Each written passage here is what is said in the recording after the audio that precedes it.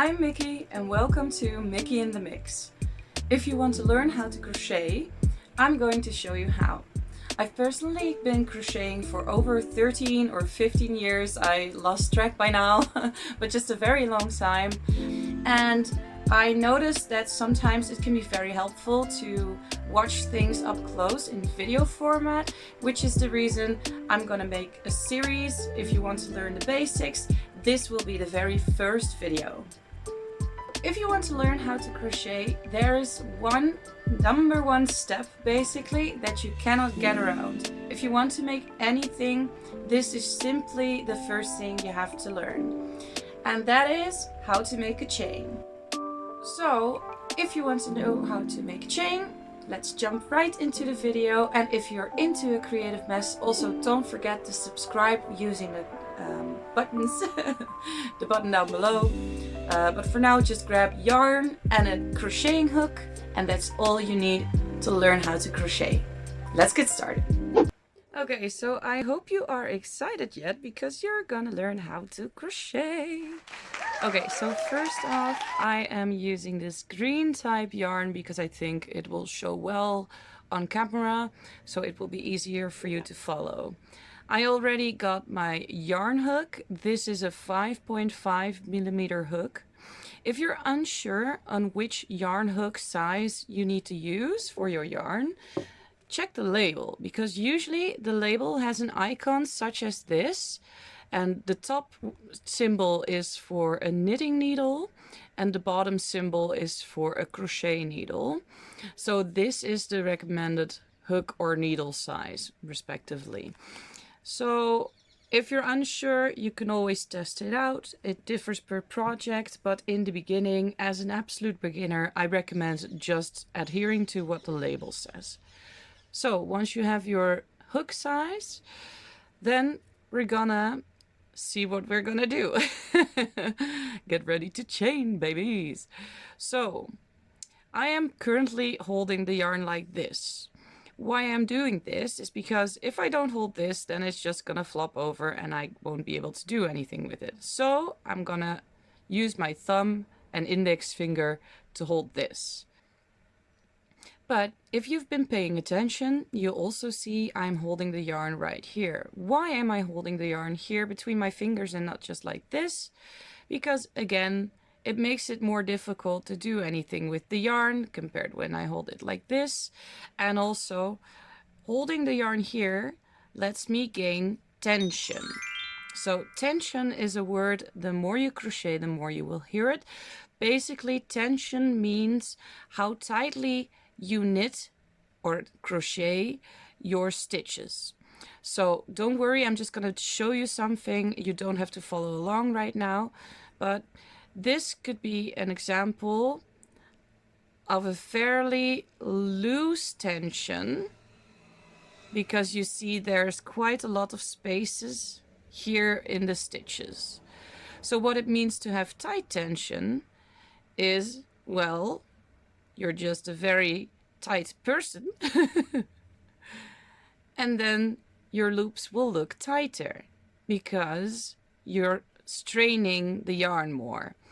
So if you're noticing that it's difficult in your project to like push the hook through and get a new stitch out, if that becomes too difficult, then that means your tension is too tight and you should loosen up a bit, bruh. So just to make sure you know what tension is. In the beginning, you don't have to worry about tension too much. It's just that practice makes perfect. So if you don't have perfect tension in the beginning, don't worry. Just practice making chains. And the more you do it, the better your tension will also go, because it's quite an instinctive thing eventually. Now on to making the actual chains like I promised you. So we're holding our yarn like this. And to begin a chain, we need our first loop. Now I'm going to show a trick. So I'm pulling the yarn, like the hook is under the yarn, as you can see. And what we're going to do is we're going to loop around the clock over the yarn.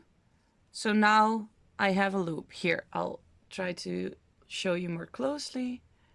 So here you see I have the loop. So just one more time, I'm holding the yarn here, hook under, rotate it clockwise over the yarn, back, and there is a loop now.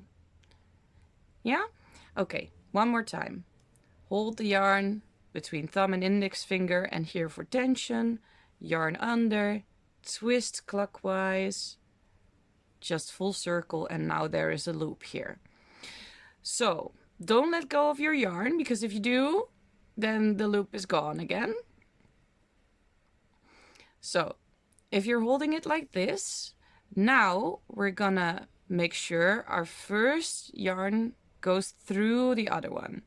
So this is what we're gonna do. So just to show you, don't worry, you don't have to follow along. So we have our first loop, and now we're gonna pull a loop through the one we have on our hook. So how we're gonna do that is we're gonna flip the yarn over the hook, so not under. This is under, and that's not what we want to do. We want to go over. So just look at the way my yarn is here. And if you have that, I'm just gonna grab hold of that loop, because it will make it easier to pull a different loop here through if I'm holding the one that's already on the hook. Because our yarn is already on the hook here, we can go and pull that through. And that will be our first loop. And how to make chains? Well, you've just done it. So that's what we're gonna do. I will show you a bunch more times. So because this is the first stitch, I'm just gonna pull it tight, because that way it won't let loose anymore. But we have always one loop on the needle, and we're gonna grab another to pull through. So to show you again, with this yarn I go over. So basically, if you have a problem remembering if it's this way or this way, just remember, if you're holding the yarn like this and basically the beak of the hook is actually pointed towards you, make sure it goes the other way around, so like under over. And if you pull it like this, it would be over under. So we don't want to do over under. We're going to do this way to pull it over the needle or hook. And that's the loop we're going to pull through here. So just to make sure it's not confusing, I will show you a couple of times without explaining which way the yarn goes, just to show you. Show and tell most of the time works best for me, at least. So over the hook and pull it through. So, and just if you need to, you can use your finger here to adjust this loop here. So over the hook, pull it through. Over the hook, pull it through. And if you see what you're doing here, then you see there is already a chain coming up. So for example, if your tension is high and you're pulling them very tightly, it might look a bit like this. So as you can see, the first ones were a bit looser and these are a bit tighter. This looks prettier sometimes, however, it's more difficult to get your hook through the loops on the way back. So just if you're just making chains, then this is prettier. But usually if you want to be able to pull different stitches through still, then keep your tension a bit loose. And not too loose, because I could also do, for example, like this, and then they will all be very uneven. When I started crocheting, this was very much how my projects looked. So, I hope this helps. Just in case you want to see me do it one time, but less slowly, I will just show you now just the way that I would do it. So, hook under, clockwise, full circle, yarn over, pull through, tighten that loop a little bit, then yarn over, pull through, yarn over, pull through, yarn over, pull through, yarn over, pull through. And this is just how you're gonna make the entire chain. So if you want to make a project, for example, a coaster, I will show you on the next video how to make a single crochet.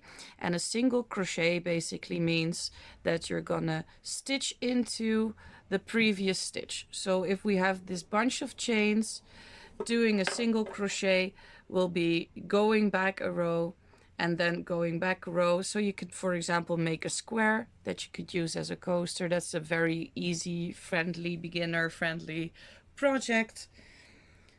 But for now, that will be too much.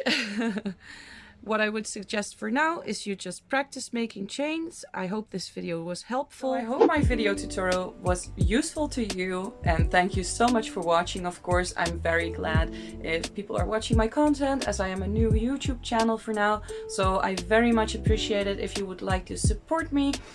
You could do so very easily by just following me on my YouTube channel, but also on my other social media perhaps, and like and comment on this video if you like the tutorial, if you'd like me to do more, if you'd like me to do something else. I'm always open to suggestions and just generally interacting with people who like my videos.